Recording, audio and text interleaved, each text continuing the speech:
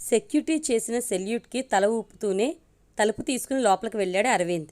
రా అరవింద్, కూర్చో అంటూ ఎదురుగా ఉన్న కుర్చీ చూపించారు కంపెనీ చైర్మన్ రత్నకుమార్.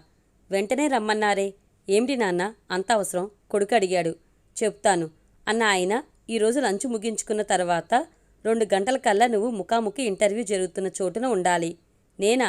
అయోమయంగా అడిగిన అతను, నేనెందుకు నాన్నా అన్నాడు ఏమీ అర్థం కాక. రత్నకుమార్ నవ్వుకున్నారు. నువ్వు అనుకుంటున్నట్టు పెద్దగా ఏమీ లేదు.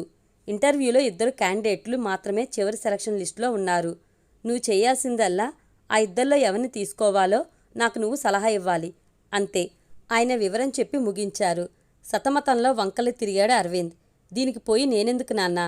మొత్తం ఇంటర్వ్యూ మీరే ముగించేయచ్చుగా. చెయ్యొచ్చు, కానీ ఈ 2 క్యాండిడేట్లు తెలివితేటల్లో సరిసమంగా ఉన్నారు. ఎవరిని తక్కువ చేయలేం. ఏ కొలబద్ద పెట్టుకుని వాళ్ళిద్దరిని కొలిచి ఎవరు బెస్టో తెలుసుకోవడం నాకు కష్టంగా ఉంది. అందువల్ల అందులో నేను ఎవరిని సెలెక్ట్ చేయాలన్న దాంట్లో నాకు కన్ఫ్యూజన్గా ఉంది. ఎవరిని తీసుకున్నా ఇంకొకరిని తీసుకోలేదు. వాళ్ళకేం తక్కువ అని నా మనసు వేధిస్తుంది. అందుకనే నిన్ను సెలెక్ట్ చేయమంటున్నాను. నీకేదైనా కొత్త వ్యూహం ఆలోచనకు రావచ్చు కదా. ఆయన మాటలను జాగ్రత్తగా గమనించిన అరవింద్ కొంచెంసేపు మౌనం తర్వాత, సరే నాన్న అని నవ్వుతూ చెప్పాడు. అప్పుడు తండ్రి చెప్పాడు, కానీ ఒక నిబంధన. ఇంటర్వ్యూ జరిగే చోట నేను నీతో ఉంటా. సరే నాన్న భుజాలు ఎగరేసుకుంటూ బయటికి వెళ్ళాడు. మధ్యాహ్నం సమయం 3. అరవింద్ దగ్గర అడుగుతున్నారు రత్నకుమార్. ఏమిటి అరవింద్ ఇది? నువ్వేదో కొత్తగా పరిశీలిస్తావు అని అనుకుంటే నువ్వేంట్రా అంటే ఆ 2 దగ్గర మీకు రాబోయే భార్యాభర్తల గురించి, వాళ్ళు ఎలా ఉండాలని మీరు ఎదురు చూస్తున్నారు అని సర్వసాధారణంగా అడిగేసి ఒకరిని ఉద్యోగానికి సెలెక్ట్ చేసేశావు.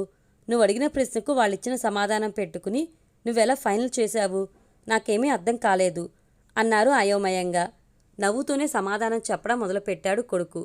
నాన్న, ఆ అమ్మాయి దగ్గర నీకు రాబోయే భర్త ఎలా ఉండాలని ఎదురు చూస్తున్నావు అని అడిగినప్పుడు ఏం సమాధానం చెప్పింది?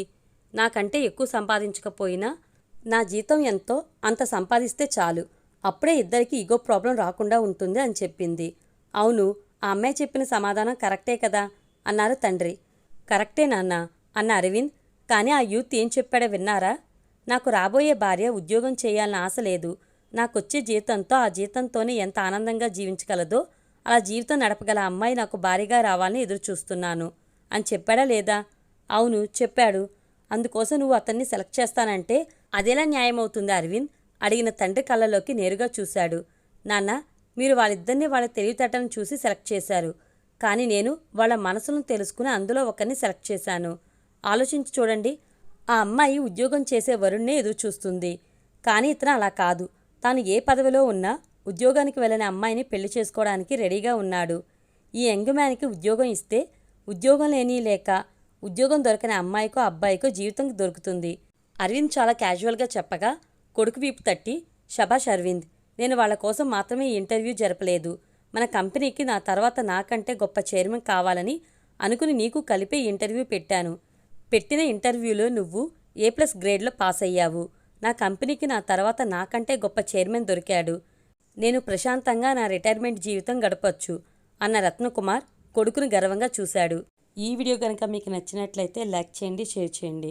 మరిన్ని ఇంట్రెస్టింగ్ వీడియోస్ కోసం మన ఛానల్ తప్పకుండా సబ్స్క్రైబ్ చేసుకోండి. వీడియోస్ నోటిఫికేషన్ కోసం పక్కన ఉన్న బెల్ ఐకాన్ని క్లిక్ చేయండి.